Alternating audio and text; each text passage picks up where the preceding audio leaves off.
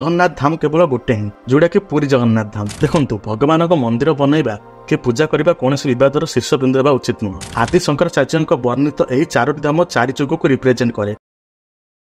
आपने जानते recently waste Bengal दीघाठारे नुआ जगन्नाथ मंदिर प्रतिष्ठा करा एप्रिल 30 अक्षय तृतीया दिन सी ममता बानार्जी उपस्थित मंदिर प्राण प्रतिष्ठा कर तेज यह मंदिर को नहीं बहुत सारा बद देखा मिली जमीक जगन्नाथ धाम ना उपर तारूर चोरी कि नहीं आसतु पूरा डिटेल्स विषय जाना। प्रथम आम ही मंदिर विषय किसी तथ्य जान जमीक मंदिर पश्चिम बंगर पूर्व मेदिनीपुर जिलार दीघाठारे बना प्रोजेक्ट 2018 घोषणा कर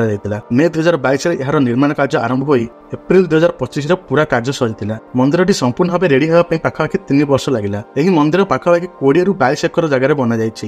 बनाइबार खर्च 225 कोटी जदि मंदिर कारुकार्य विषय देखा मंदिर कलिंग आर्किटेक्चर स्टाइल बना बिल्कुल पूरी मंदिर भली फोटो देखिए आप जापारे उच्चता पाखापाखि 65 मीटर राजस्थान अना जाइए रेड सैंडस्टोन रे मंदिर पूरा बना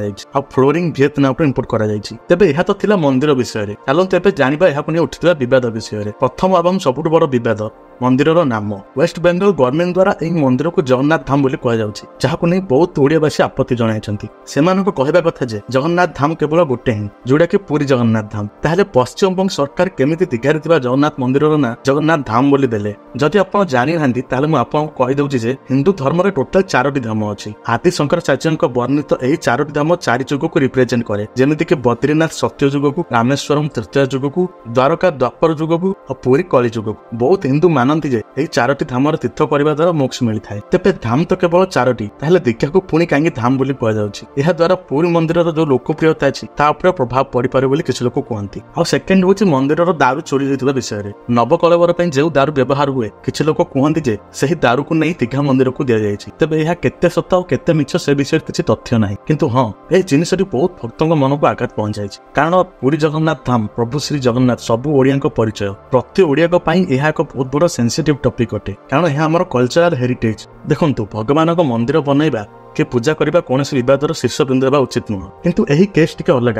कारण जो भली भाव अपिकल पुरी मंदिर वाली मंदिर बने और ताको जगन्नाथ धाम ना देवा यह कौटी ना कौटी एक विवाद सृष्टि करे। हाँ आउ गोटे पॉइंट भी अच्छी दीघारे मंदिर होगा द्वारा जिते भी पर्यटक वेस्ट बेंगल आसुले तो एबे टिके कंपैरेटिवली कम देखा मिले। आपड़ जानते प्रति वर्ष पाखापाखि 60 ରୁ 70% टूरिस्ट वेस्ट बेंगल रू आसती तो दीघारे होता मंदिर जो किसी टूरिस्ट सेपर डाइवर्ट हो पारती यह द्वारा लोकल बिजनेस को short term I repeat short term झटका लगी पारे बट मुझे भावुँ लंग टर्म खेते किसी फरक पड़ोनी कारण जदि आम देखा पुरी आ दीघा दुईटी जगह कल्चरल इंपोर्टेंस बिल्कुल अलग ऑफकोर्स पुरी हूँ 4 धाम मध्य गोटे सो आप विषय कौन भावुं कमेंट निश्चय लिखि जनातु। आ हाँ दुईटी जाक मंदिर को नहीं चलता यह बद विषय आप मतामत कौन निश्चय जनातु। वीडियो भल लगे शेयर करूँ। सी यू इन नेक्स्ट वीडियो।